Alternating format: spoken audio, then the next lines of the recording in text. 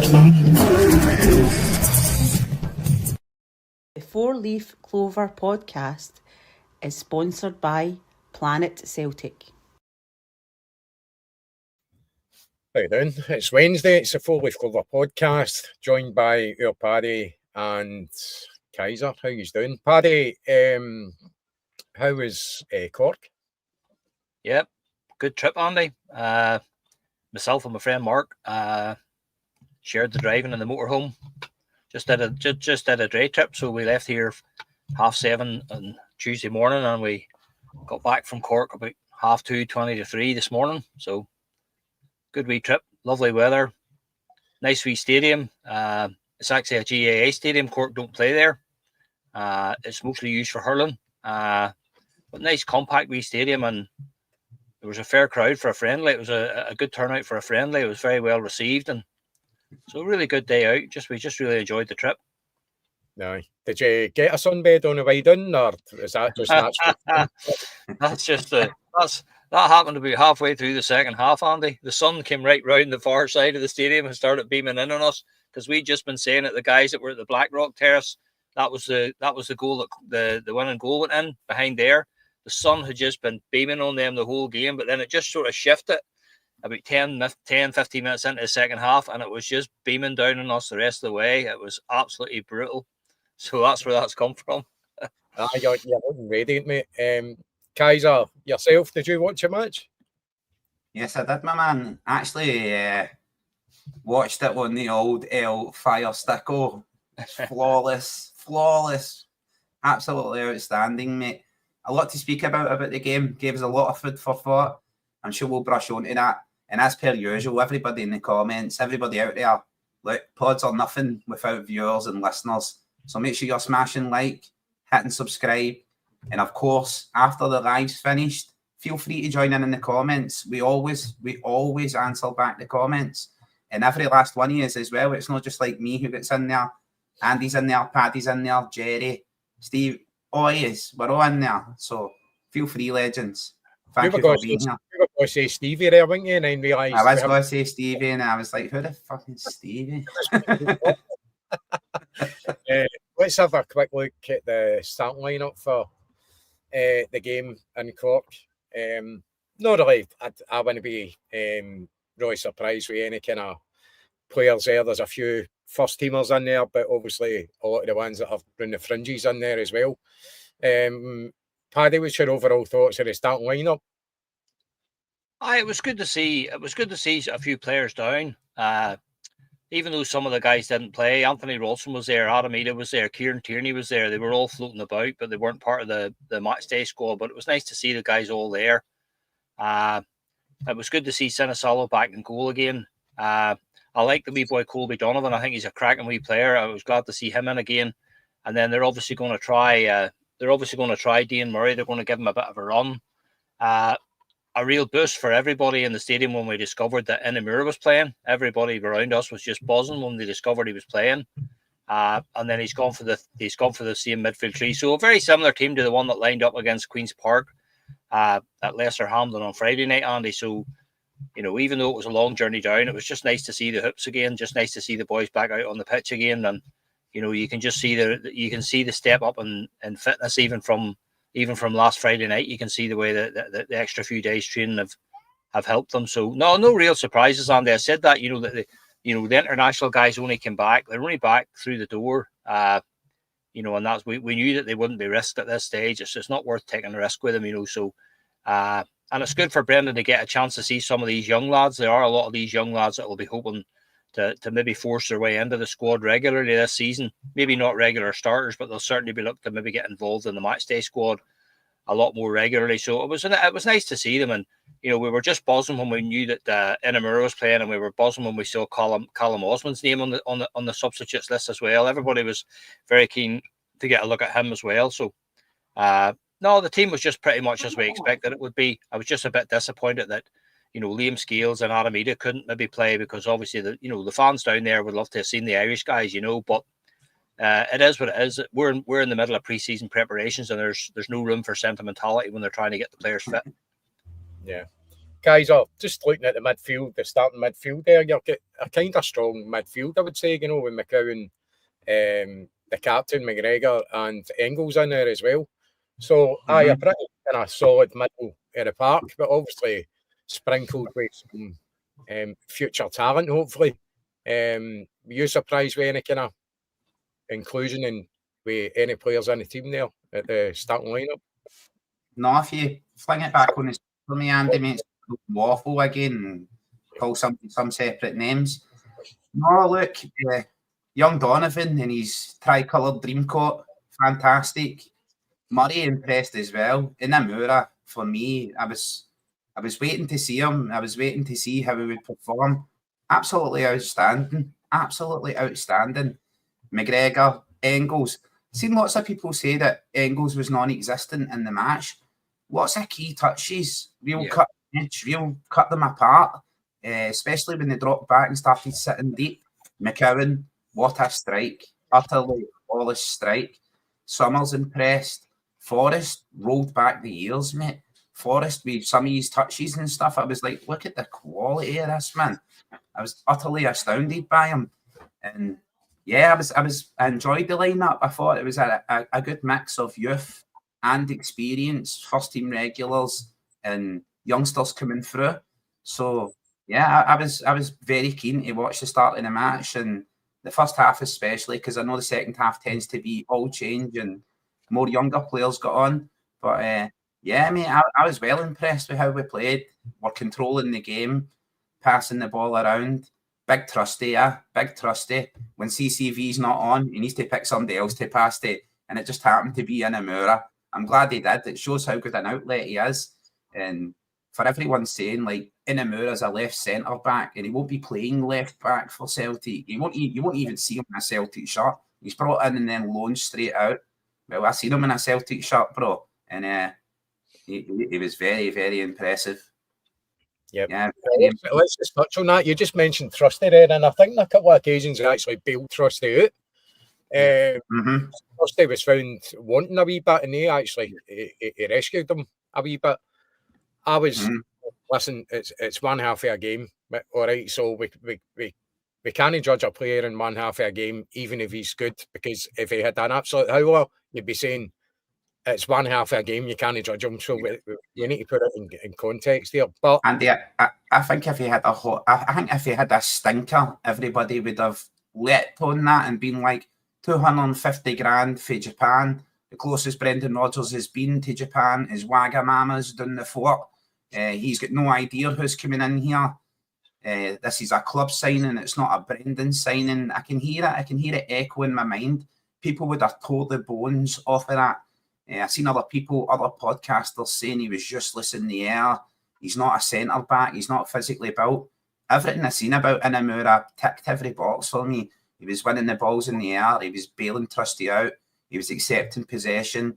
He was hitting the byline. He was inverting. He was playing a Greg Taylor role.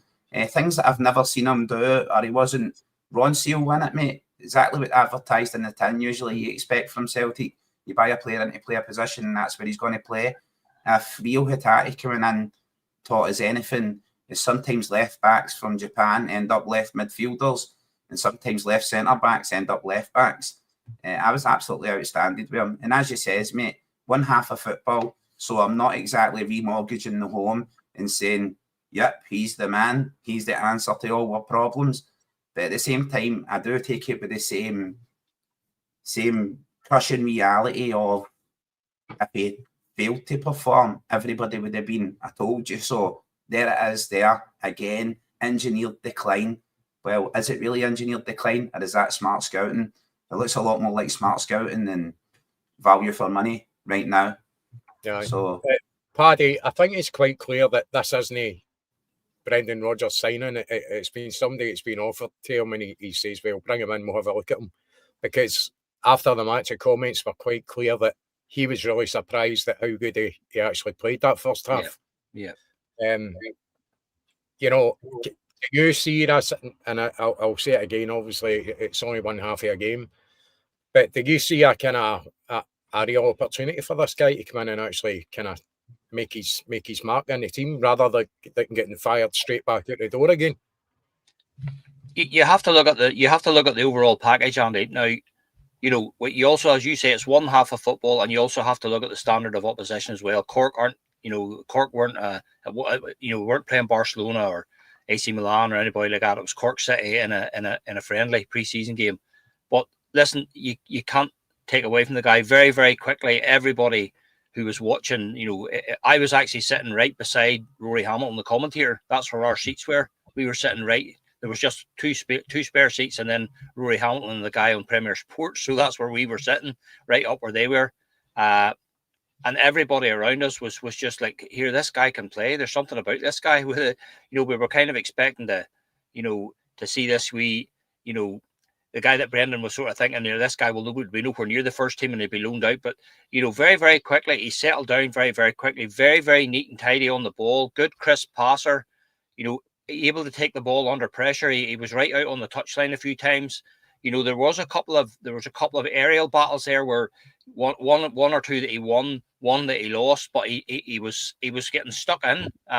He really was getting stuck in. There's not much of him, Andy. That's the thing. That's the only thing that I would, if you're looking at going into the winter in Scotland and the heavy pitches and the, some of the hammer throwers that we have to play against some of the defenders, I think they will have to look at, doing a bit of work on his physique. He'll have to build himself up a bit, but that will come, and that comes with a lot of players that come from, not necessarily Japan. That comes from players who come in maybe from Spain or Belgium or Germany or somewhere. Sometimes they're not physically up to that challenge, and I think they will have to work on that. But I definitely saw a lot more than I was expecting.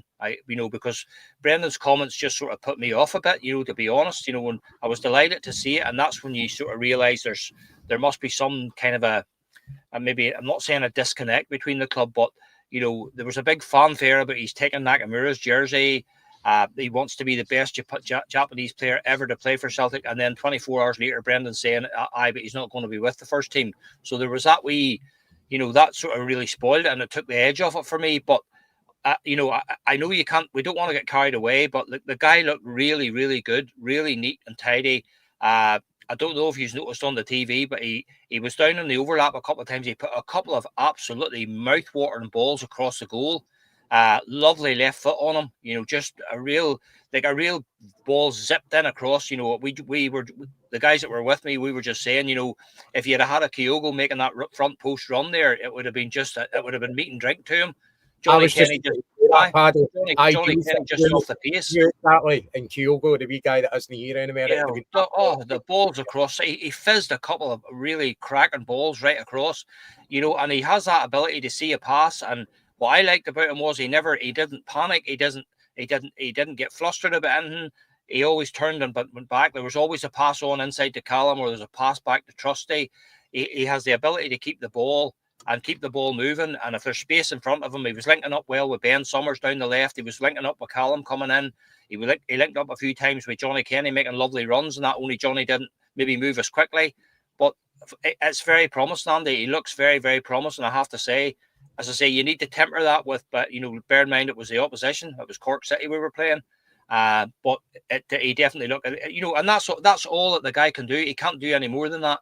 If you're talking about, the first half performance, for me, he would probably have been the outstanding Celtic player in the first half. There's absolutely no question about that. So I'm not sure what the plan is for him, Andy. I don't know. I suppose Brendan will take a look at him and see. As you say, it looks to me as though he's been brought in, by the club, and this is a guy you could look at development or whatever. So if Brendan sees, anything in him there, he may decide to keep him with the first team. He looked very, very good for me. I was really, really delighted to see him, and that was the same for everybody. We were all pleasantly surprised because we were kind of expecting to see this wee waif and stray guy, because Brendan had kind of sort of poured cold water on it, but he was very, very good, Andy. Really, really impressed with him, and ran his heart out and worked so hard for the team.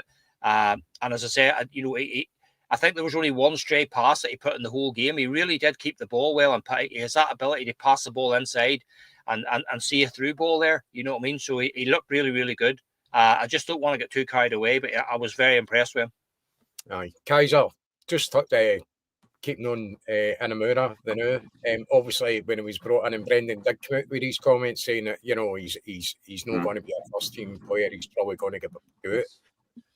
Is that? Would you see that as being a kind of two fingers up to the Celtic board or the recruitment team that Faye Brendan, that they've brought in a player that he doesn't necessarily want, and he's automatically came to a conclusion without actually, it's quite obvious he's not actually spent time to look at the guy on so whatever, or read any real information on him. He's just, to me, he's just kind of looked at the name and went, what, 300 grand? He's played for a team that's been relegated or whatever, and I don't really fancy this guy without actually looking at him, and obviously he's been surprised. But do you see that?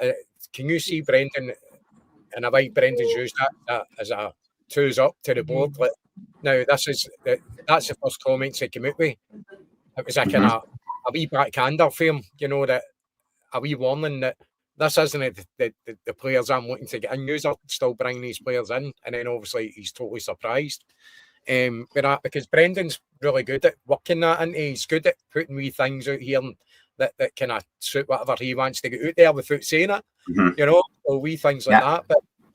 But all I can say is, like anyways, we've only seen him on YouTube, and I was really impressed with the guy. So I was really surprised when Brendan did come out with the comments saying that he wasn't going to be a first team player, and I'm like, this is really a strange kind of signing to be made.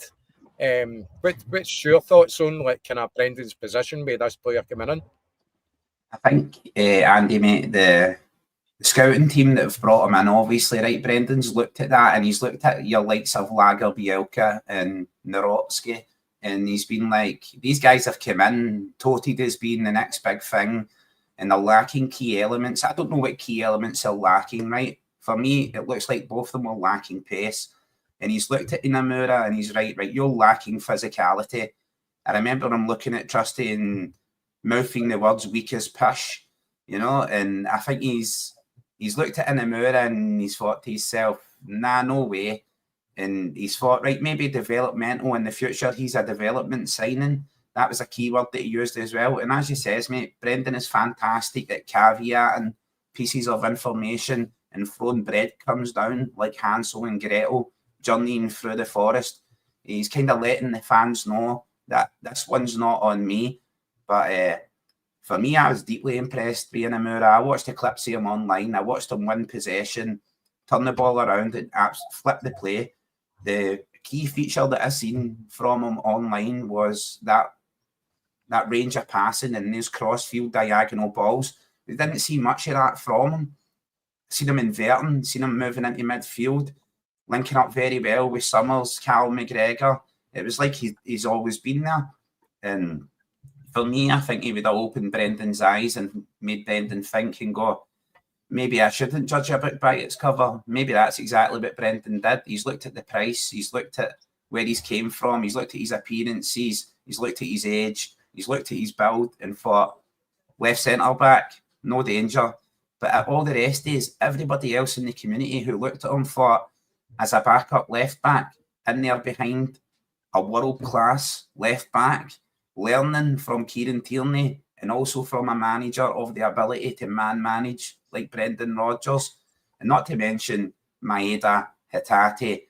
There is nothing lost in the sauce there. Whatever Brendan's going to say, if he's going to say, like, pick your head out your arse, I'm pretty sure Daisen Maeda's going to say that in Japanese. He's going to know exactly what he's being told. For me, mate, I thought he was fantastic. He displayed a wide range of ability. His ability to receive the ball, his link-up ability, considering his limited grasp of English.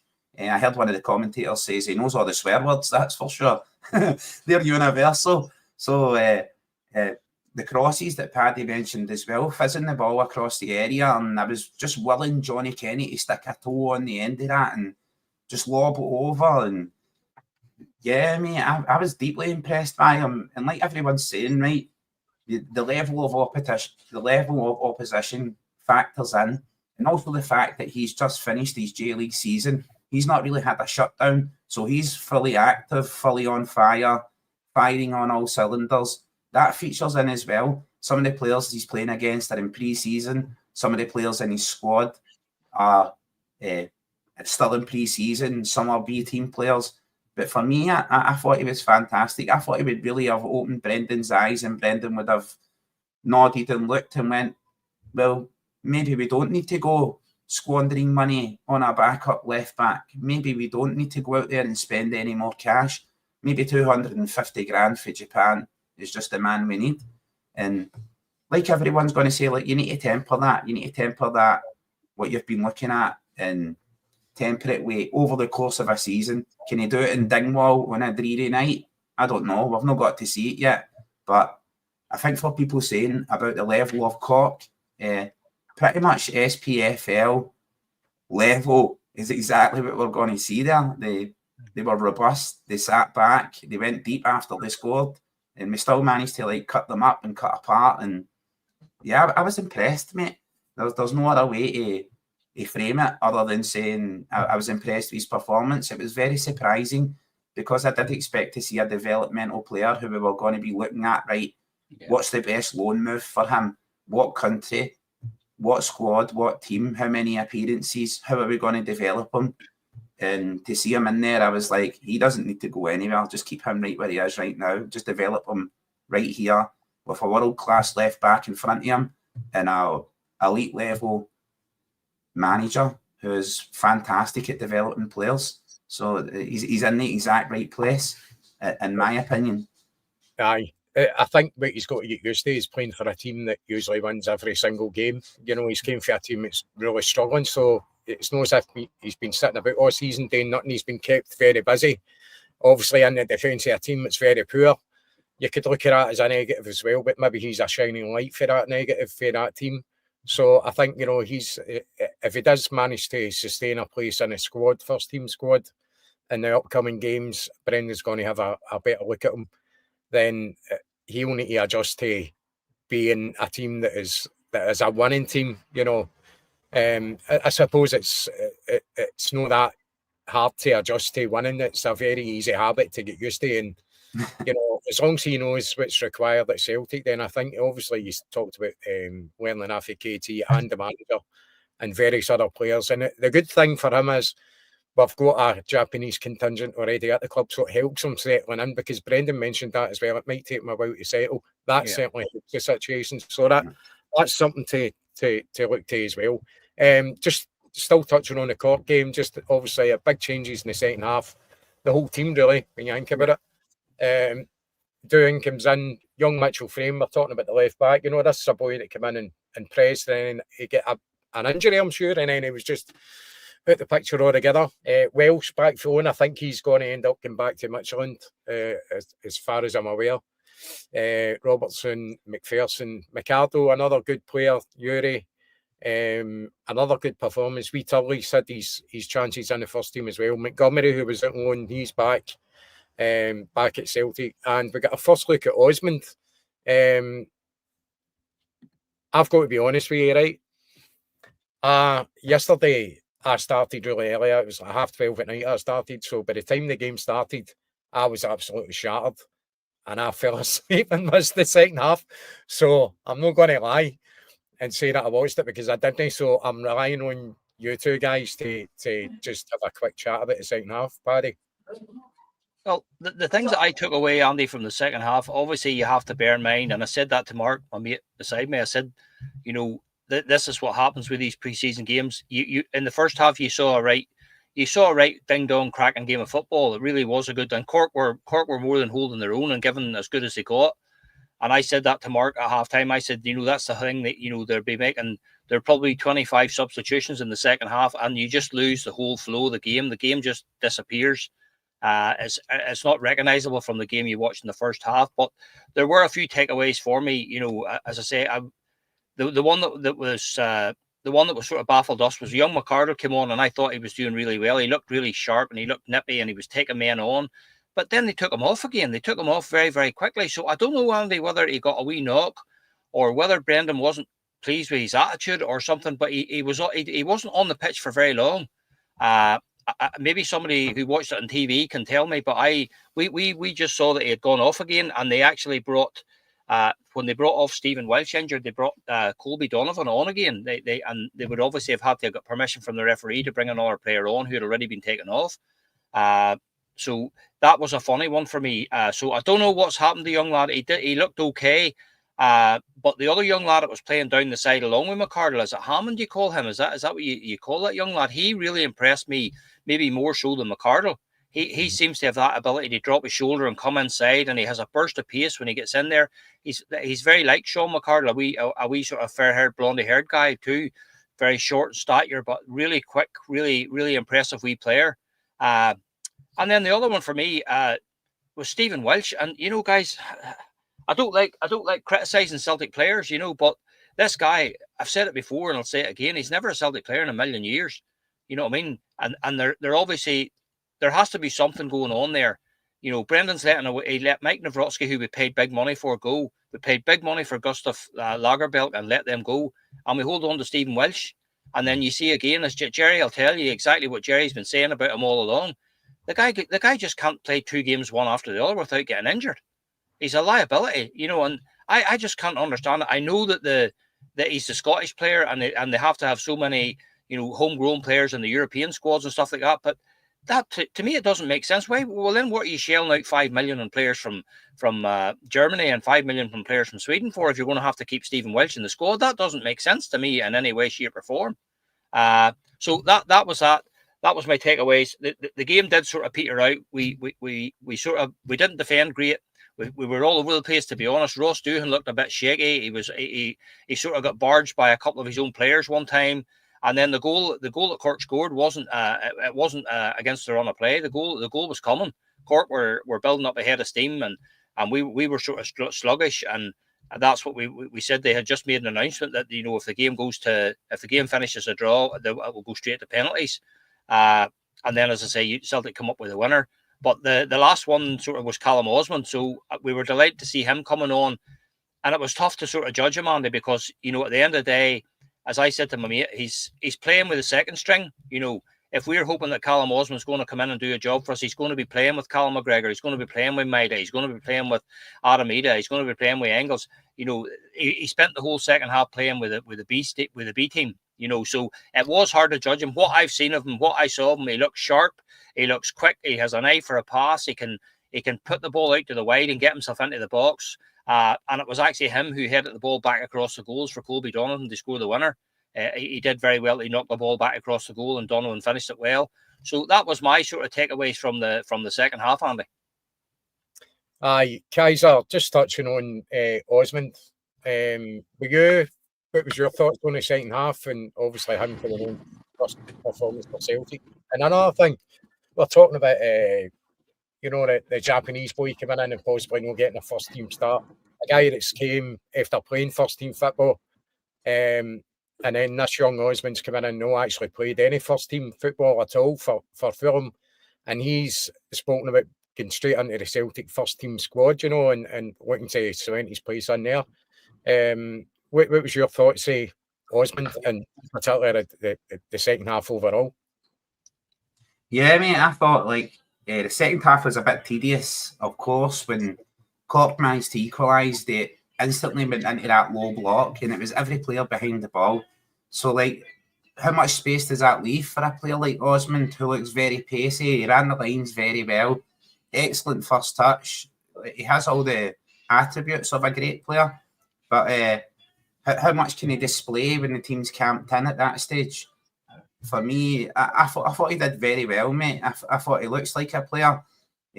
Certainly, his ability backs his confidence that he's displayed and he spoke about. He sees himself getting right into Celtic's first team. Maybe in Europe, when he's coming on late, somewhat Tony Watt-esque, when he's coming on late and hitting teams with pace. Yeah, definitely. Ability, as I said before, when I first took a look at him and took a look at clips of him, very Gary Hooper-esque. Young Ur, is it Ur? Is that how you see his name?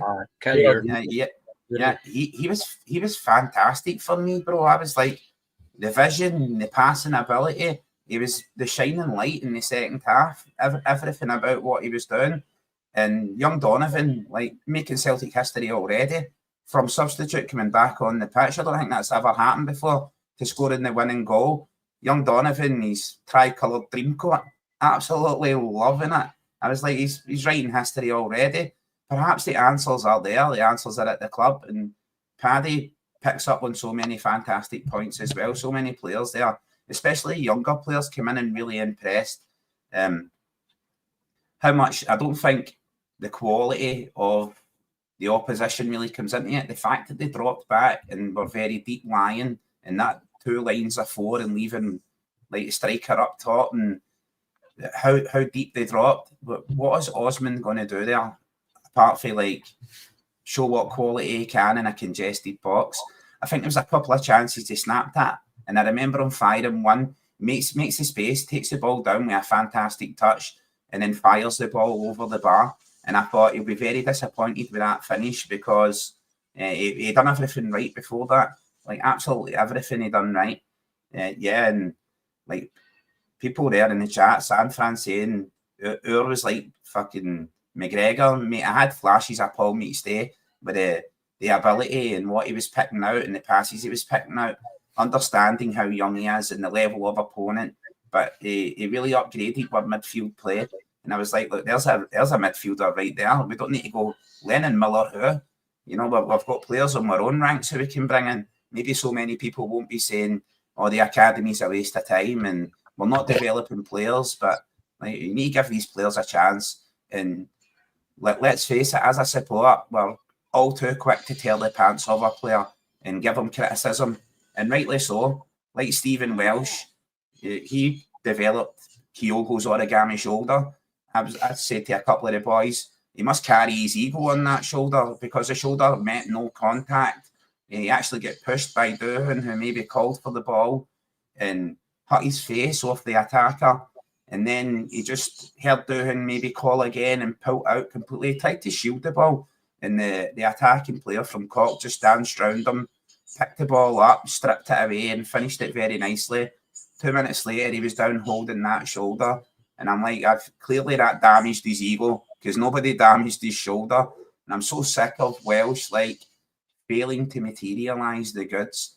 Like, he's got all the assets, like some other players there at Celtic as well, got all the assets, everything he needs to, like, he's been in about the first team as long as Scott Bain. He's been in and around the fringes, and he's learning from pros. I think he was there as a young player when Van Dijk and stuff like that were there. He's been there for so long. He's in with the foundations, basically, and he's learned, for the looks of it, he's learned absolutely nothing. Seriously, if Brendan can look at players like Lagerbielke and Naroki and want to ship them out instantly, well, he needs to turn that big analytical eye around on Stephen Welsh and be like, boom, out the door, my man. Because he is not, Paddy, I 100% agree. Never in a million years, never in 10 million years is he ever going to be a Celtic mainstay centre-back. Dane Murray, that's a completely different story. All the physical attributes, the ability to stay calm under pressure, and also the ability, right? Someone says to me, Ange Postecoglou says, you learn more from one defeat than you do 100 victories. And you learn more from one mistake than you do doing things right 1,000 times over. The mistake Dane Murray made in last year's Champions League campaign when he was brought on against West Ham, certainly he's come back in and he's let it affect him positively.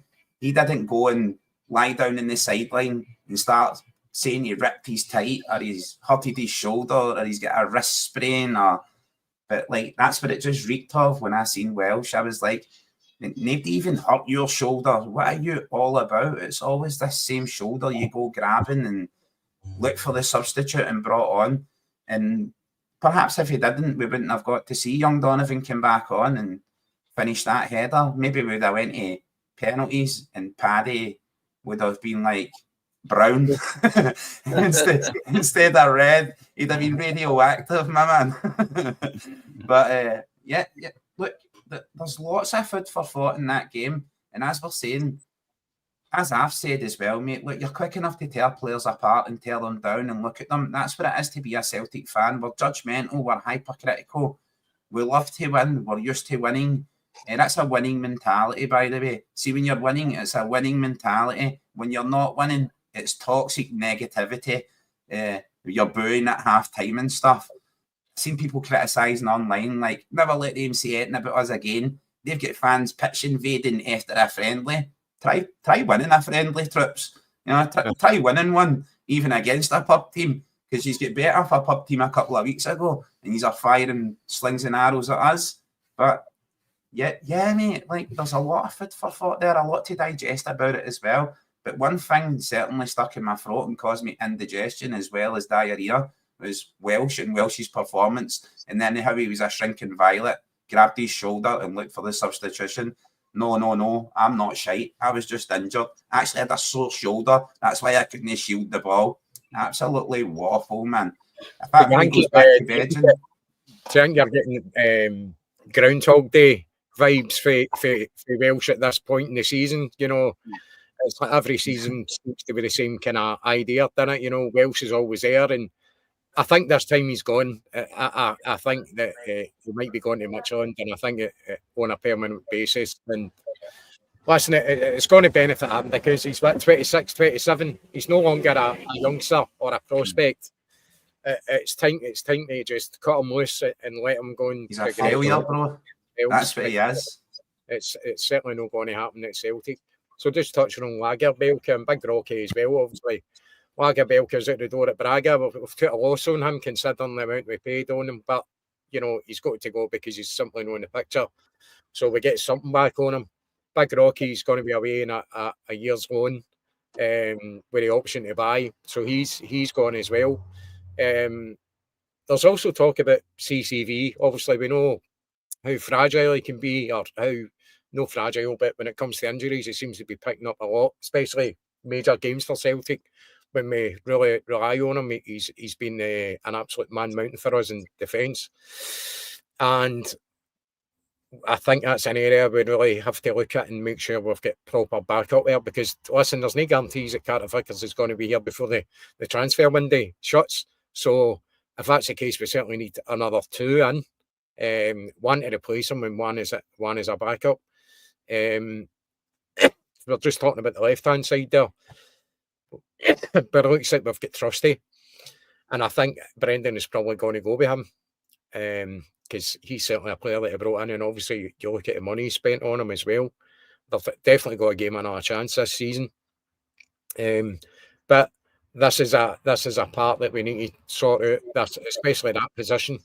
Obviously, we've got AJ in the right, and we've got Tierney in the left, and possibly Inamura that could cover there or cover left centre back as well if it gets opportunity.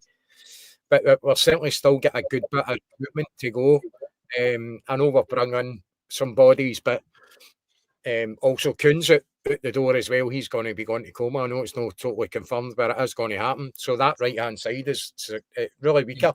I know, obviously, Kuhn didn't have the greatest end to the season the last few months. You know, we get, to be honest with you, in the 2 years I was here, excuse me, with half a good season out of him. Yeah.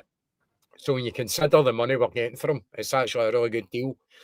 And the fact that it's come out that he basically wanted away in January, you can see that now, because that is exactly when he fell off a cliff. Yeah. And that, to me, I don't know your opinion on this, but he's been stealing a wage off our club for January. If that's the case, if he's down in the tools, he should be absolutely ashamed of himself. And maybe that's the reason why he's not made it at big clubs. You know, he's moved on.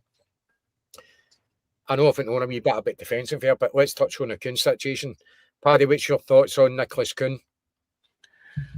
So I'm very much in the same frame of mind as Brendan. You know, like he made it clear he didn't want to be there, and as Brendan said the other day, when that happens, then you work as hard and as quickly as you can to facilitate a move for him. The last thing that we need is players who don't want to be there. You know, that's, you know, for me, the Bayern Munich game away from home, that was the last night we saw Kuhn playing really anywhere close to the level that he can play at. The only thing I would say, Andy, is, you know, despite the fact that he maybe didn't give us a full season, and you know he was very poor towards the end of the season, you still can't take away with the number of goals he scored and the number of goals he set up for other people. So that's a big chunk. That's a big chunk of goals and opportunities being created that's being taken out of your team. So somebody else is going to have to come in and take up that slack. You know, that's, you say what you like about him, but he did produce the goods. You know, when he did produce quite well over the course of the whole season, even though it didn't look like it towards the end. So like, somebody's going to have to come in and score those goals. Somebody's going to have to come in and lay on those chances for other people. I saw Mark O'Tellio there last night as well. Yeah, man, I don't know if any of the viewers saw him, but I saw him on the touchline as well. I saw him floating about signing autographs. So he's obviously back with the squad again. He didn't look an awful lot of difference to me, Andy. He looks as though maybe he's bulked up a wee bit, but nothing really major that I saw. But, you know, it was hard because he was sitting with his tracksuit top on, but he's floating about there as well. But, you know, they were in a no-win situation with him, Andy. You know, like it was a no-brainer. It certainly should have been a no-brainer. You know, at the end of the day, he told them they wanted to go, made that clear. And as Brendan said, it was exactly the same with Kyogo. You know, as Brendan says, once a player makes it known that he wants to leave the club, well, then the club do all they can to facilitate him with a move, and we try and get a good deal for both the player and the club. And, you know, when you look at the structure of the deal, you know, a guy that we paid $3 million for him, a guy that produced quite well over the 2 years he was there and was involved in the trophies that we won and was involved in the European run that we had, and then to ship him out because he's unhappy, ship him out for 16, 17 million. It's, you know, it's good business. It really is good business. The only thing about it, Andy, it worries me about the whole thing. It's not only just the Nicholas Kuhn situation. It's the entire recruitment transfer business. Like I've said it before and I'll say it again. I still maintain that this Brendan's contract situation has the potential to develop into an absolute circus that's going to just run on all season long. You know, this until this is resolved, I honestly don't think the board are going to shell out big money if he's not going to commit beyond the end of next season. I that's my view on it. I think that's why we've been so slow in the transfer market. I think they're waiting for Brendan to commit. And that's why I say, I mean, there's that the guy that the guy that they were looking for from Rapid Vienna that they signed to replace Kuhn. We were supposed to be looking for him, and he's going somewhere. And he's going to France now for 10 million, and I think it's actually 10 million euro. You know, so you know we're not prepared to spend. We're not prepared to spend even the bulk of the Kuhn money in a replacement. We're still piddling about with 3 million offers and 4 million offers when teams are telling us they want 7 and 8 million. You know, so I'm beginning to become concerned about this. Because that's what's going to happen. You know, again, I'm not sure. I didn't hear the pre-match interviews yesterday, but I saw Rory Hamilton doing them down on the pitch. But you know, once the football starts for real, Andy, you know, Brendan is going to be asked by that every time a microphone is shoved in his face after the game, before the game. He's going to be asked about this, and that's why I'm saying this has a potential to develop into a real distraction. Behind the scenes yet again, while this contract situation is unresolved. And as I say, that's my opinion. My view is that the board are hanging on. The board are saying, right, well, we're just going to sit tight here. We're looking across the city. There's plenty of players being signed, but you know, when you look at the players that the other side are signing, you know, they're not fighting off competition for too many players or too many clubs from those players. So I would just urge a bit of caution there. They're bringing in bodies. They're trying to get younger, and you can see exactly what they're doing. But whether they've got quality or not is another matter. And people are saying, "Oh, but they're getting their business done," and I get that 100%. But it's only my honest opinion, Andy. That's my view. I feel that Brendan is digging his heels in. He's not signing a contract at the minute. It's not on the agenda. And I just feel that the board are digging their heels in and saying, well, you know what, we're not prepared to give you £30 million to spend or £25 million to spend on players when you may very well walk away at the end of next season, and any new manager coming in is going to be left with £25 million worth of players that they didn't sign. You know, so this, for me, it's very worrying. It's starting to become really, really worrying because I just have the feeling that it has the potential to develop into just a complete sideshow and a complete circus going on behind the scenes. And that's just going to be, the media will just absolutely love that. They'll love that. They'll love that. They love bringing that subject up. They love speculating about it. They love talking about it. They'll love telling us that Brendan's no notion of staying. You know, so I think we need to do something about that before it gets much later, because I have a feeling that's what's affecting our transfer business. Yep. Kaiser, just touching on what Paddy said, we'll get if you can give your opinion on Kuhn and then touch on Brendan. Has situation with his contract. Paddy had an absolutely fantastic point there. You know, are they going to invest in a man that they're not sure is going to be there? But one thing is sure is that they're not going to come out and confirm that it isn't signing a contract. That they're simply only going to come out and say that you'll only find out if he stays. That's the only thing they're going to say.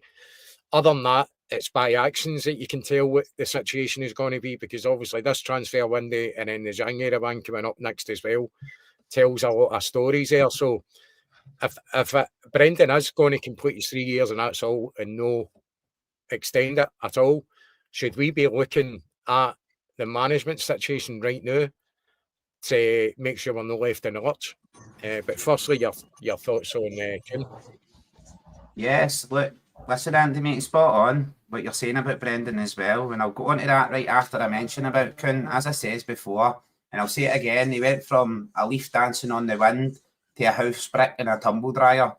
And the fact that he down tools, he's not playing, he was dragging his feet. Well, it's clear to see now for the manager's comments and the smile in his face in that private jet as well. You know what I mean? I was like, just La Bamba, that bad boy. I am delighted that Kuhn is off. I'm delighted at the business we've done. I'm delighted at the money we got for him. Like, the guy was that poor in the second half of the season. I thought his wisdom teeth had grown back. I was like, somebody pinned him down and pulled more teeth out. The more teeth he loses, the better he gets. Because his form just dropped off a cliff. You know, it was like that game, mate. It's like the alligator and you need to pull the teeth out of it. I was like, that's what Kuhn was like. But look, excellent business. And I understand Brendan saying, like, his head was turned after the Bayern Munich game, January. Well, what club was turning his head back then? Because it wasn't Como, where he's rumoured to eventually end up going. And yes, I understand Kritzgarden ends up at Norwich, a £6.5 million release clause that we never knew about. Like, who is control of our business here? And then we're looking at the Rapid Vienna winger who was Kuhn's replacement. Sorry, Andy, back in, brother. That's right. There's no way that nobody knew about that clause. Absolutely no chance. That's madness in my mind. I mean, that's one of the first things. If he has an agent working on his behalf, his agent is going to say to any interested parties, "Look, this is what it's going to take to shift this guy. He's got a clause here. Mm-hmm. They might be looking for 10 million, but you only have to hit the 6.5 million more." The other point I would make about Kritzgarden is it's very simple to me. You know, to be fair, if Norwich City is the height of this guy's ambition, well, we should be running a mile from him anyway. Mm-hmm. You know, if that's the height of his level of his ambition, and he's making all these noises about, you know, I've done really well with Bromby, it's time to move to the bigger league, it's time to take my career to another level, and then he signs for Norwich City. It tells me all you need to know about this guy, and I'm not in the least bit disappointed. If that's the height, if that's the height of his ambition, well, then let him jog on. We should be looking at somebody who's looking to play Champions League football, who's looking to win trophies, he's looking to win medals, and is looking to make a career for himself, not go to some journeyman club in England and just pile up the pounds. Yeah, it reeks of the Sidney Van Hooijdonk deal. Yeah. How he ended up at Norwich and how we absolutely dodged a bullet on that one as well. So I dare say, like, maybe we dodged a bullet on this one. There is a reason that he's been touted and his club want to get maximum value. Look, I understand Rapid Vienna as well. They've just watched us sign a player for them for 3.5 million and then sell him for 15 million. They've got no sell-on clause. They want a fair chunk in that deal as well. So they're going to kick and scream and stamp their feet and look like there's millions of potential suitors in there. And you get articles from Scottish mainstream media like Celtic embarrassed again. And look, they can hear what fans are saying out there. They can hear our opinion. It's out here. It's on podcasts. It's in live chats. It's out there. It's in there like swimwear, as they would say. So Scottish mainstream media, they're on it like a car bonnet. They're looking to destruct our club in any way, shape or form because the club that they support are signing journeymen and League One jobbers and cloggers and 36-year-old wafflers with, like, as I says, look, they've not managed to win a pre-season game, and they're trying to comment on our pre-season games. And as Paddy hit on as well, about Brendan Rodgers. It's the age-old game of tic-tac-toe, isn't it? It's what came first, the chicken or the egg? Who signs first? Who breaks first? Brendan's standing there screaming at the moon, if you buy me players, I'll sign a new contract. And the board's gone, if you sign a new contract, we'll buy you players. But that suits the board down to the ground, doesn't it? Big Peter Lawwell's in the house with nipple tassels on right now, like that. Oh, I'll buy you players if you sign a deal. It's a 10-year deal. You're getting half the wages. So Brendan needs to play his cards close to his chest. I understand that. He needs to maximise his value. One of the highest paid managers we've ever had right now. And he's obviously looking for more. If Brendan sees this title through to the end, that'll be 5 in a row. So Brendan is going to be looking at, well, I can extend that. I can sign myself into the annals of Celtic history. I can go beyond 9 in a row. If the board invest in me, I'll invest in you. Really, in my opinion, Brendan needs to make a leap of faith.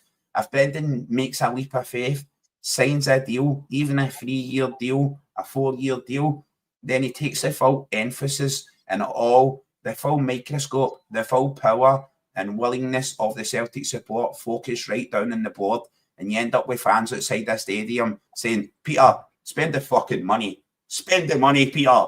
That's what it focuses it in, rather than standing there and tic-tac-toeing about the situation. And like, if you buy me players, I will sign. If you sign me, we'll buy you players. I'm like, oh my God, man, we're going to go on like this for the entire season. And Paddy's 100% accurate. Every member of the media, every single mainstream media representative is going to be forcing the mic in Brendan's face and saying to him, how did you feel about the players that came in? Were any of the players your choices? Is there a new deal on the cards? Have you been offered a deal? It's going to be right out there in the wind. Let's not air the dirty laundry in public.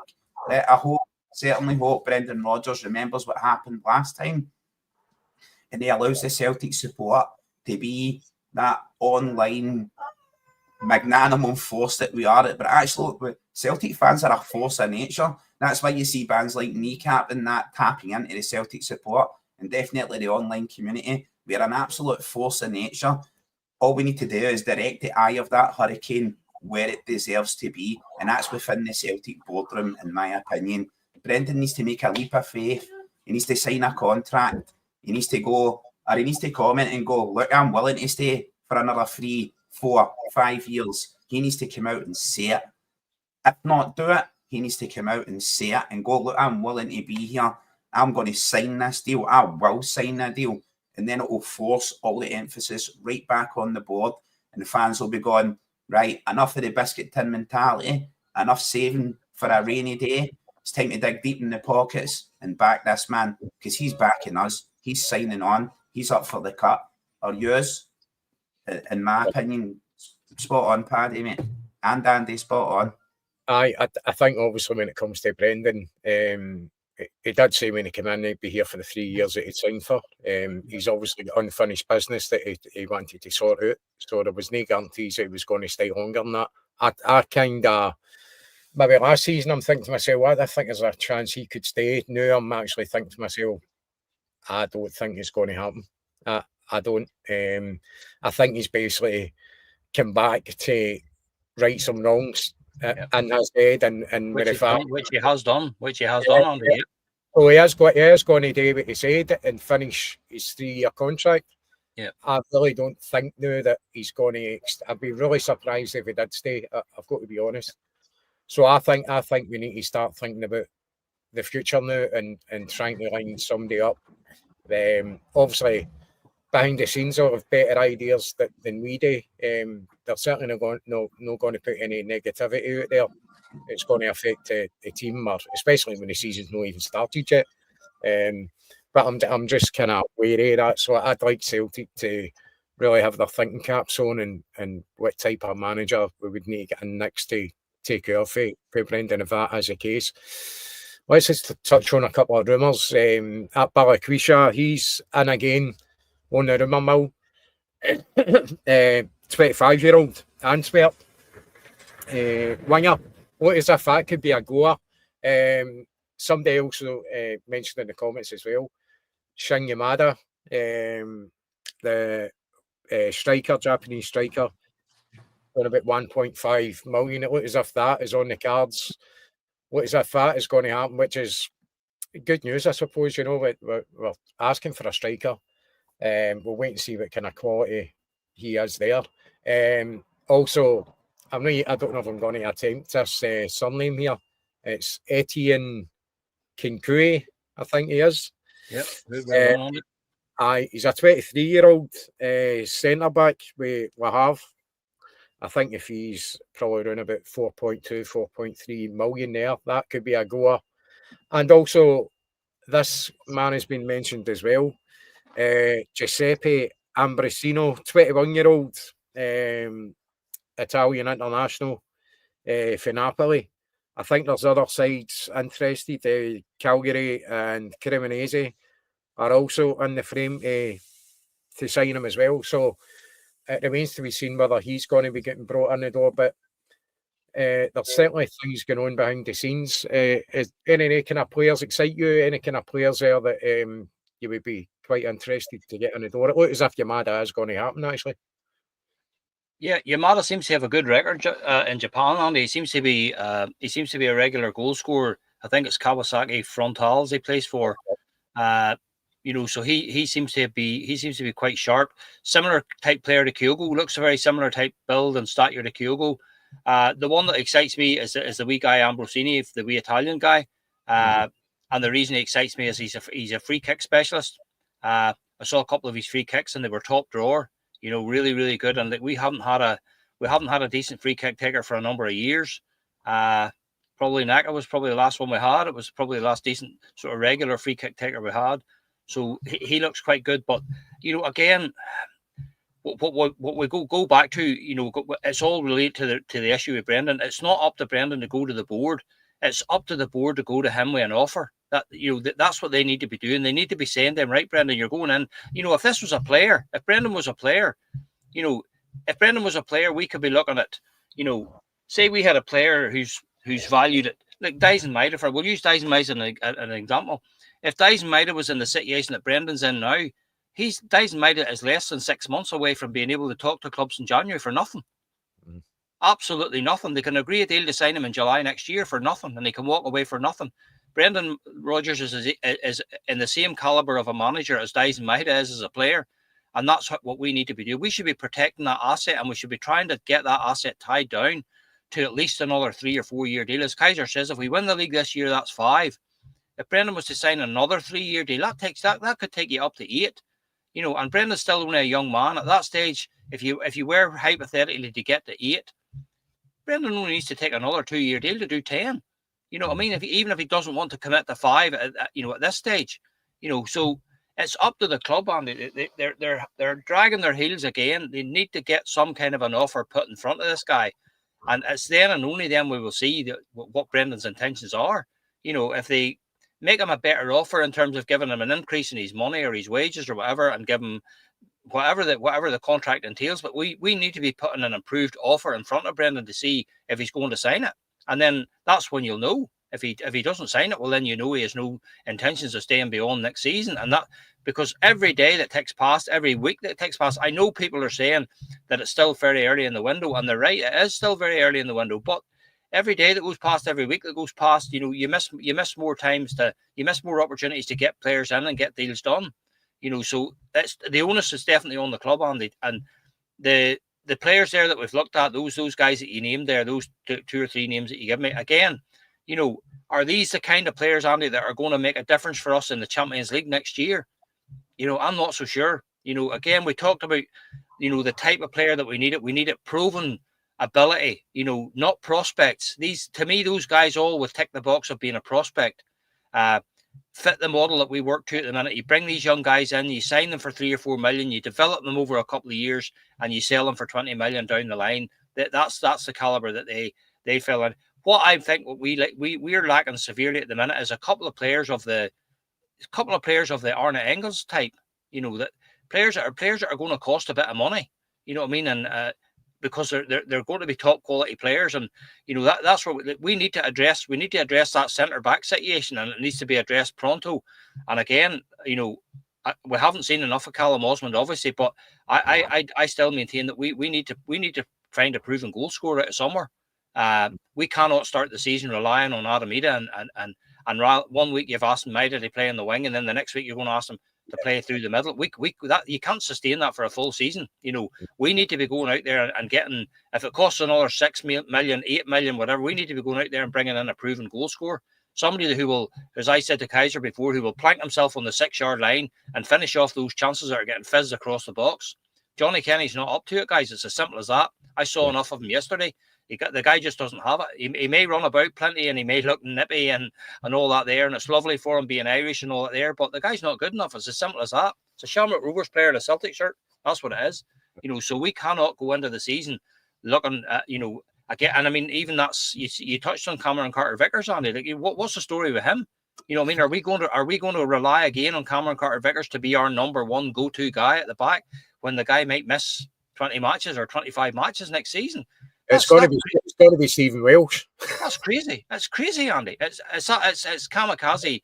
It's kamikaze planning. You know what I mean? So again, like everything else, you said it earlier about the succession plan, and that's exactly what we should be doing. Even if Brendan is happy enough to sign another deal, we should be looking out there to see what's out there. We should be trying to identify other managers who might be an option for us 3-4 years down the line. That's what we should be doing. Any club who has any sort of succession plan, that's what you should be doing. And it's the same with your players as well.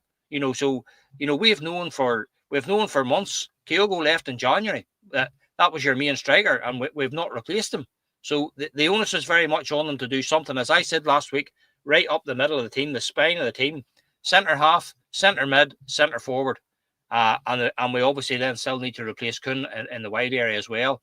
And again, there's still a massive question mark for me hanging over Jota. I'll reserve judgment on Jota how he recovers till I see him back playing again. That injury that he sustained might lead him to he might never be the same player. You know what I mean? So there's too many doubts and and worries over the whole thing. But as I say, the first thing the club need to do, they need to be getting an offer put in front of Brendan Rodgers and say to him, right, here we are, Brendan. There's let's see the colour of your money now. Are you interested in staying on? There's another 5-year deal. There's another 4-year deal, which would take us to 8 or 9 titles in a row. So that's what needs to happen, Andy. It's as simple as that. Because if it doesn't happen, as Kaiser said, this will develop into an absolute sideshow, and it'll be a constant circus. And we don't need that. We will not need that. We're going to be under enough pressure this season, and that's just going to be the focus of everybody's attention. Brendan will be asked about that at every press conference before the match. He'll be asked it again after the game. Any update in the content? Have they spoke to you? Have you spoke to them? And Brendan will constantly be batting that way, saying, "Look, I'm here to talk about the game." And when he doesn't answer the question he got, then that creates a vacuum where we start to think, well, he doesn't want to talk about it because he doesn't want to stay. You know what I mean? So they need to get that sort of situation sorted and sort it quickly. I think Paddy made a great point on Jota there, that they've been talking maybe bringing in a winger in that position to cover him on the loan. With obviously the idea that Jota is going to be back maybe January time, December, but he might come back, but he's got to get back to his ultimate kind of position. And there's no guarantees, as you said, with that injury, he might not be the same player. Yeah. So I don't know if that's going to happen with obviously loan signings and stuff like that. We I think we just need to wait and see how he recovers for this injury. He could come back and just not be the same player at all. Or he could come back even better. I mean, I spoke about this before when Larson obviously had injuries and that, and came back actually better than he was before. When he had a pin in his leg and he broke jaw as well, didn't he? Yeah. Kaiser, what's your thoughts on the kind of signings that have been reported so far? I know the window's still got a long way to go before it's shut, and there will be other players coming in, but overall to this point, are you happy with it? Looks as if this is a goer. Yamada, are you happy enough with that? And obviously the big centre back here and the striker, young Italian. What's your thoughts on these players?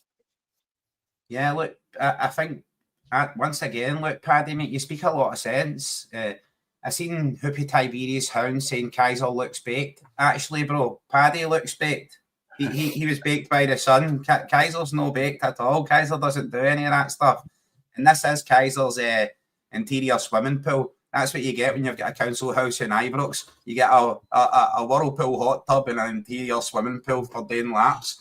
Of course, it's a cyber background, legends. I made that with a bit of AI. For me, look, 110%, right? Look, Brendan takes us to the end of this season. Say we win the league this season, that's 5. Then it starts flashing in my mind those banners of you exchanged legend for mediocrity. I don't see Brendan ever doing that again. That's why I'm saying with confidence, I see Brendan Rodgers absolutely wanting a bronze statue of his big shiny face and teeth on the Celtic way. He wants to be that manager that does the 10. He wants that. He dreams of it. He desires it. He would just never say it. So I can see Brendan staying on, even if other people can't. Johnny Kenny is not the answer, and I'm glad Paddy says it, because he's the man who needs to walk the plank in the ferry over for Ireland for not supporting another Irish boy. No, Irish eyes are smiling, and Paddy should always be smiling when he mentions that name. But he's the guy who said it. That's a Shamrock Rovers player in the guise of a Celtic player. The players that were mentioned with there, look, Shin Yamada, I love his name. As I said before the stream when we were in the green room, Yamada, it sounds like an Italian insult talking about your mother. Hey, Yamada. And there's Shin Yamada, and then there's another player who's Fuk Yamada. he's the guy we should be going with, Fuk Yamada. And look, what was the other guy's name, mate? The big centre back. You pronounced it ever so well, Andy. I'm going to let you do it again, mate. It's Etienne Kinkui. Yeah, Kinkui. Yeah, I'm all for that as well, mate. And Ambasini as well. I believe his name is Nectar of the Gods. I've seen his free kicks. Absolutely fantastic, by the way. And we do need that. 6'4". I think Kinkui's 6'4". 6'4". Is that with the afro or with the afro off, Andy? Yeah, I'm not sure if they've added on those extra couple inches. I know some guys like to add on a few inches now and again, and yeah. I never do that, Andy. Look, you've seen 28 years later, Kaiser was actually the stunt double for the guy charging on the train. Anybody that's not seen that, that's Kaiser. 28 inches later, they now call me. Look, I'm excited about the signings, right? And it is very, very early in the window. At least the Ambrosini one, right? For him, for a developmental player on loan, and the idea of a winger coming in on loan as well. I know they've said that basically right now, look, Jota's out on the grass. He's like fighting his way back to fitness. And I think January is like that's a reasonable target for him to be back in January, given like he needs to recapture form, recapture your ability never goes. Like a heavyweight boxer, the last thing that ever goes for a heavyweight boxer is his punch. The legs go, the mind go, the ring craft goes, but the punch always remains. So Jota's always going to have that quality. He's always going to have 20-inch forehead. That's a bad boy. Here, listen, you can advertise on this forehead for the right fee. Andy's trying to set it up so you can subscribe to the channel. Just for like $16.99 a month, you can have your name on Kaiser's 5 feet. But for me, like mentioning these prospects and loans, they're more of the caliber of what I would be expecting. But the players that have come in as well, I said it before, Andy, I sent you a note of like 16 players, right, who I seen leaving the club. That included Scott Bain, and also I had Rio Hitati and Daisen Maeda on there. I think Maeda is basically sounded out in an interview that I seen when he was back in Japan, saying he wants to be Celtic's main striker. He wants to play centre forward. He doesn't want to be out in the wing. So another winger coming in, and Inamura being out there, and Kieran Tierney being out there bombing down the wing. That makes a lot of sense for Maeda to move central and stay central. And then what are we really looking at bringing in? For me, I love the physicality of Adam Maeda. I think he's got all the assets there. He's a big Trojan horse. I just feel he lacks just that one thing. He lacks that mentality of a big striker. Where is he going to learn that? Like, I seen him commenting on TV, talking about how he got 20 goals last season and how that was fantastic. Well, Griff have got 40 goals in the season. Where are you on that? Where are you on that bar, Adam? Like, you need to start judging yourself a bit more harshly. You need to start demanding more of yourself If you want to be the top man, you need to walk the walk and talk the talk. You need to put yourself out there and you need to go for it, in my opinion. What I would say, to just back up Ida a wee bit there, and by the way, I think he certainly has to improve, is that, you know, when you look at his starting, the amount of starts he's had in the team, goals compared to appearances overall, I think it's pretty no bad. You can look at Griffiths at the time when he scored 40 goals. He played just about every game, you know, started just about every game. So I get where you're coming from. I think he does have to kind of judge his style a wee bit more harshly and make his targets maybe a wee bit more.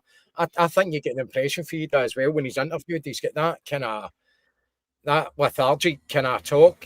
He would almost put you to sleep with his interviews, you know. I'd like to see him a wee bit more kind of upbeat, and it's just the way he is, you know. But you get that impression, it makes you take that impression from him on the park as well. That kind of waxy days ago at times as well, and as if he's not quite sharp enough. Look, mate, for me, when it comes to Adam or Big Ida, right, or Edith, as some of the chat calls him, look, you're playing for one of the biggest clubs in the entire world. Wherever you go, you will see a Celtic top, from the depths of the Sahara Desert to Dubai to Florida. Wherever you go, you will be recognised. There's Celtic fans there. Start acting like it, big man. You know, give yourself the mentality that you deserve. You're no longer playing at a championship side. And I don't care what people down south would say about Celtic in the league we play in. The fact of the matter is, you play in the Champions League, you're on the greatest stage, and you are like, you're meant to be the main man, especially after Kyogo left. You're meant to be the main man. With Yamada, I've seen people mentioning Yamada's scoring record as well. I believe he had like 120 appearances and scored 38 goals. But when we signed Daisen Maeda, he had something like 168 appearances and scored 55 goals. And look at Maeda now. Look at him fly. Look at the quality we've managed to find in Japan. I think some of the players are like highly technical, highly skilled, loads buckets of quality. So, like, I shared a free kick in the group chat with the lads for Ambrosini, and it was absolutely top draw. And I'm like, look, we haven't had that. We haven't had that sort of threat from free kicks since Nakamura. I think to mention him again. Nygren's a free kick specialist. Well, possibly if we do get him, that's two in the team. Paddy, I just want to touch on what Penelope Pitstop said to you about Milwaukee. Do you think that's a viable option for us to consider him? Do you know what, Andy? He was a player when he was at Aberdeen. I was disappointed that we allowed him to get out of Scotland. You know, I really was. I thought he would have been worth a punt at that time. You know, and you know, it just shows you if Aberdeen were able to get $6 million for him at that stage, playing on their stage, you know, there's no reason why we couldn't develop him into an even better player. And with the exposure you get in the top division in Europe, and winning trophies with Celtic, there's no reason why we still couldn't bring him in, sell him on for a few pounds as well. The thing that I liked about Majowski was, you know, sometimes these guys coming from different countries, it just doesn't work for them in Scotland, and they don't. But that guy Majowski, we all saw what he could do. Everybody saw, you know, exactly what Chilpill's saying. It's maybe not worked out for him in that move, but you know, we saw exactly what he was capable of against Aberdeen. He was a top class finisher. He scored goals. He scored goals for Aberdeen against everybody, Celtic and Rangers included, on more than one occasion. He looked a really good sharp player. He looked a really good finisher. He tormented us a few times, and I was very, very disappointed that we weren't more in the running for him at the time. You know, I would have been quite happy to sign Majowski at that stage instead of Aramida.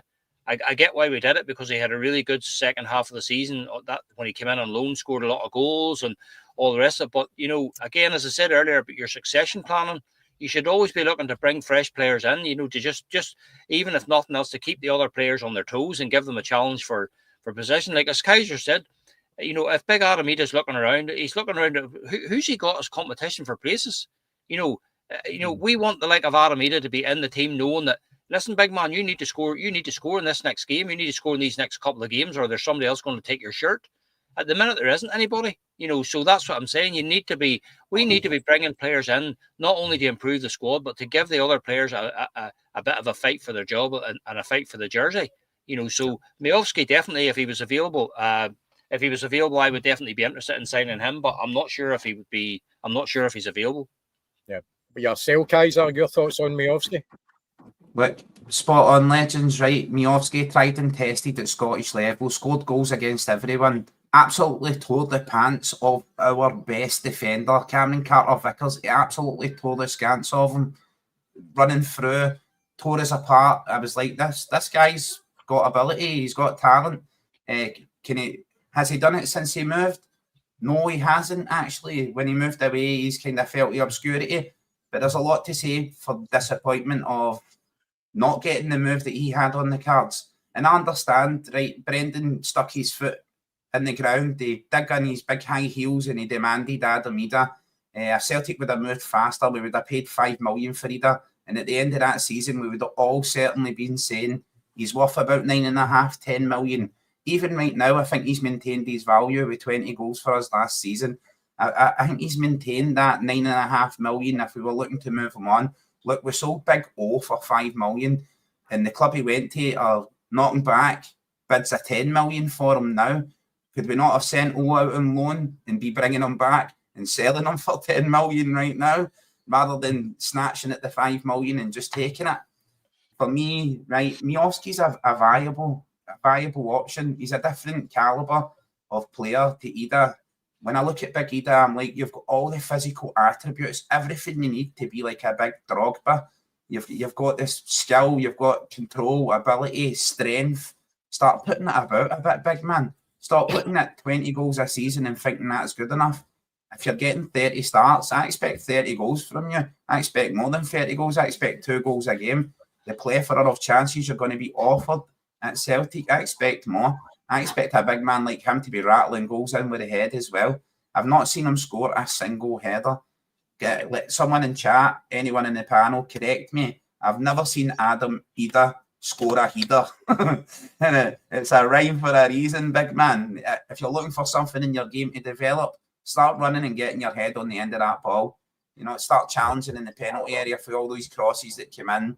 All these corners. He scored an absolute belter with his head against Motherwell at Fir Park. Do you remember the game we away at Fir Park? He got us back into the game and he scored a brilliant header that day. But as you say, Kaiser, for a big guy of his size and his physique, that guy, look at John Hartson. Big John Hartson bullied defenders and he bullied goalkeepers and all he did was bully them with his physique. And Big John planked himself on that spot between the penalty spot and the 6-yard line and just finished off the balls that were coming in from both sides. Mm-hmm. And that's what Adam Ida needs to do. For me, he does. I've said it before. He doesn't go in where it hurts something enough. Too often for me, he's standing on his heels. He's watching the play, and then it's too late. He doesn't make his move. He really needs to take a leaf out of, I don't know, the likes of Kyogo. Do you know what I mean? That Kyogo was so sharp and so nippy in front of goal, and Kyogo made that run across the front post, and that's what you have to do. You've got to make that run, especially with the amount of balls that Alistair Johnson drives over from the right-hand side, and you've got Dyson Maida and, and Nicholas Kuhn driving over from the left-hand side. It's imperative that you have somebody on the end of that. And just for me, Adam Ida just doesn't go in. He just doesn't go in where he's, as somebody used to say, you need to go in where the feet are flying, and that's exactly what he needs to do. Yeah, you might get a bang in the face, you might get a knock, but that's what you need to do to score goals. I've said it many, many times. Charlie Nicholas, Frank McGarvey, George McCluskey, Henrik Larsson, Tommy Johnson, the list goes on. You simply cannot play up front for Celtic and not be a goal scorer. It doesn't work. We are always, and we've always had good goal scorers. We've always had top class number 9s. Gary Hooper, Lee Griffiths, Anthony Stokes. The list is endless. You cannot be a Celtic striker and not score goals because you won't have a very long career if you do. Mm-hmm. Look, I see that comment there for Big John Shirley as well. Look, it's not like we're picking on Ida because we don't believe in him. It's the opposite. It's because we do believe in him. Yeah. It's because he's got all the key attributes to actually be a success. Paddy's spot on. Like, sometimes you need to throw your face in where feet are flying. Yeah. It's not like he's a catalogue model or anything like that anyway. You know what I mean? Don't be afraid to get an Umbro Supermax to the face or a Nike boot to the face. You'll win as a penalty if you get one to the face because he's 6 foot odds, but Don't be feared to get in there, you know what I mean? Rough it up, like John Hartson. Kenny Dalglish, he was famous for sticking the arse out and getting the arse in there and bullying players and barging them out the way, using your physicality. That's what he needs to do. He needs to use all these assets. He needs to bring everything he's got to the table. And he definitely needs to be sharper. He needs to stop standing back and admiring the picture and be involved. He needs to be in the picture. And that's where he's not right now. Not played a pre-season a game yet. Not even when we played Cork and Ireland, given he's an Irish international. Johnny Kenny was on there. Other young players. You need to get yourself in the picture, mate. You need to put yourself in the frame. If you're coming in here and watching this and... Just touching on Ida, obviously, with this Cork City game. A man who's from Cork, as you said, Irish international, went to the civic reception with Brendan Rodgers and Callum McGregor, and then you'd think they even gave him a second half, just brought him on, you know. Only 10 minutes. You know, I know he's probably not fit, and Brendan did say they were worried about taking a risk, but you know, man, they could have sent him on with 5 minutes to go. Yep. You know, there was hundreds and hundreds of kids there down by the front. They're just dying to see Liam Scales. They're dying to see Adam Ida. They're wanting to see the Irish boys. You know, a lot of these young adults, you know, remember watching Adam Ida playing for Constitution. They remember watching Liam Scales playing for Shamrock Rovers. You know, they wanted to see these young guys in a Celtic shirt, and I was just really, really disappointed. Given them that they were there with the squad anyway, you know, put them on the bench and throw them on for 5 minutes. What's the worst that can happen? You know what I mean? It's a friendly. You know, just let the fans see them in a Celtic shirt playing in Park O'Keefe. You know what I mean? So it was very disappointing. But I suppose Brendan did say a couple of weeks ago that every player has an individual training plan. They're trying to get every player, because not every player is either strong or weak in the same area. So they've developed an individual training plan for each player, and I suppose they are sticking to that. It's all this sports science and stuff, you know, and all the rest of it. So they've all got it all mapped out for them. But I just thought, given the fact that, you know, they didn't even bring them onto the pitch and to give an introduction, even if they didn't play, they could have brought them on. You know what I mean? Why couldn't they have Adam Ida and Liam Scales bringing the cup out onto the centre circle? You know what I mean? Yeah. It was just, I just thought it was poor, to be honest. But listen, it is what it is. I agree with this comment here. I think Kenny's movement is far better than, obviously, different players, but I find Ida, his positional sense at times really lets him down, and he is sometimes half asleep when it comes to, as Tyser said, he's watching it, and he's not willing to take part in it. You know, he's almost not switched on. His attention span and his forward thinking about where the ball's going to end up escapes him at times. So I think that is a bit concerning, and obviously a good comment there as well. I just want to bring up the games that are remaining this season, because we're almost finished here. We've played Queen's Park, played Cork City. This Amadora game, is that behind closed doors? I think it is. Yeah, it's behind closed doors. So whether we're going to actually see any footage of that, I don't know if we'll be catching. Yeah, I actually heard the commentary team on Celtic TV speaking about, like, they're going to receive that one, I'm sure, for the Portuguese network that have got the game. So I believe we're going to get a feed. Basically all of them we're going to get to see, my man, hopefully. I don't think there's going to be any major first team players taking part in that one either. I don't think we're going to see any kind of major first team action, as in players coming back until the Sporting game. July 16th. Then we've got Newcastle at Celtic Park on the 19th. And then we've got the Como competition over there. We've got Ajax on the 24th. And then we've got the third place playoff on the 26th. And then let me take that comment away if I can. 2 seconds, guys, sorry. And actually, if we do make a cup final, that's going to be in the 27th. So I think overall, we'll probably not see any real action when it comes to our regular first team players until that Sporting game. So actually, when you look at it, it's quite a busy schedule we've got there before we even get into the season, and the Champions League qualifier coming up as well. So plenty of games coming up to look forward to. Paddy, when are you back at Celtic Park? Are you? We'll be going over. We're going over for the Newcastle game on Saturday the 19th. We'll be going over for that one. Aye. What about yourself, Kaiser? You be watching it on the box? No, I'm going to go to the Newcastle game as well. Tickets are readily available, you know what I mean? But yeah, definitely. Maybe meet up with Paddy. I'll show him what a bottle of Buckfast tastes like. You can get, like, I usually drink May State, mate, but before I get there, so I buy two. I get one for half time in the inside pocket as well. So, like, by that point, Kaiser's dancing in the stands. Aye. You ever tried that stuff, the Jamaican stuff, Kaiser? Oh, aye, the Magnums. Aye, that's in the pads pockets, my man. That's 2 bottles of Magnum, 2 bottles of Sydney Divine. That's how Kaiser rolls.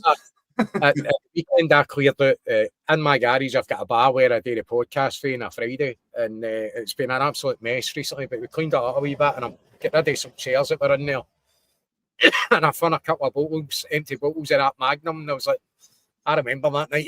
it was a bit mental. It's like a wee bottle, my man. It's strong. So I seen it there in the media as well. They says that I think it was a Scottish team. I don't know if it was St Mirren or something, and they had drinks available at the stadium. So a chance of bringing it back. And well, I don't care if fans are boycotting the stadium. I'm going to take the kids. I'm going to take my grandfather. Grandfather's actually a Dunfermline fan, right? It's my missus' grandfather, and he's never been to Paradise. And I keep saying to him, look, I'm going to take you and I'm going to show you what a big team mentality and a big stadium's like. Grandad, he's 83 years old. So I'm going to take Grandad and I'm going to take my kids as well. So, like, what is it? £12 for children and concessions and £25 for an adult. Yeah. Look, definitely legends. Look, I don't care. Look, you put a Celtic badge on a dog shit and I'll buy it. I'm just that kind of Celtic fan. I absolutely love it. And the fact that I can't get a season book right now, and I need to like Rango and bid and search and hunt for tickets. My old man's got the season book that we usually share. Look, I'm going to be there. Definitely. I'm a mug. I'm 100% a mug. 100%. Look, can you know, look, big forehead and big ears, man. I'm a sippy cup, my man. Look, the fringe. I'm loving it. I won't be at. I get away in the 12th for 2 weeks on my way to Rhodes for 2 weeks, so I'll be lying in the sun when that game's on. Hopefully, be able to catch it over there. Whether I'm going to be on or not, I don't know. It really depends. I'll take all my stuff ways and see how I go on. But anyway, that's us, guys. So we will be back on Friday. Jerry's back. Jerry's going to be back. Your Scotty is his daughter's there visiting him, so he's spending some good quality time with her. So Scotty will be family first, legends. Aye, absolutely. So just a big thank you to everybody for watching us. Remember to like, share, and subscribe, and help us grow and get us really back to get to 2,000 subs if possible. We're not too far off it. I think we're over. And listen as well, legends, right? You've heard this chat, you've heard this talk, there's people in the live comments, but see people catch up and come back in and watch the video. Make sure you drop into the comments below the video and get your points in. Any food for thought, whatever you have got to say, agree, disagree. Kaiser's not got a 4-head or a 5-head, it's actually a 6-head. Like, whatever, get it in the chat, get us chatting in there. It all helps combat that YouTube algorithm, as well as the likes and the subscribes. It's the comments as well that really drive it. Help push the pod higher, help push us out to more Celtic fans. We want to get as many opinions in here as possible. Like we always say, podcasts are nothing without people watching and listening. Podcasts are nothing without you. So you'll help us grow, you'll help us get out to more people. Look, I'd like to think it's the best podcast around. Like, wait till Kaiser starts getting the body butter out and the breakdancing. Body butter.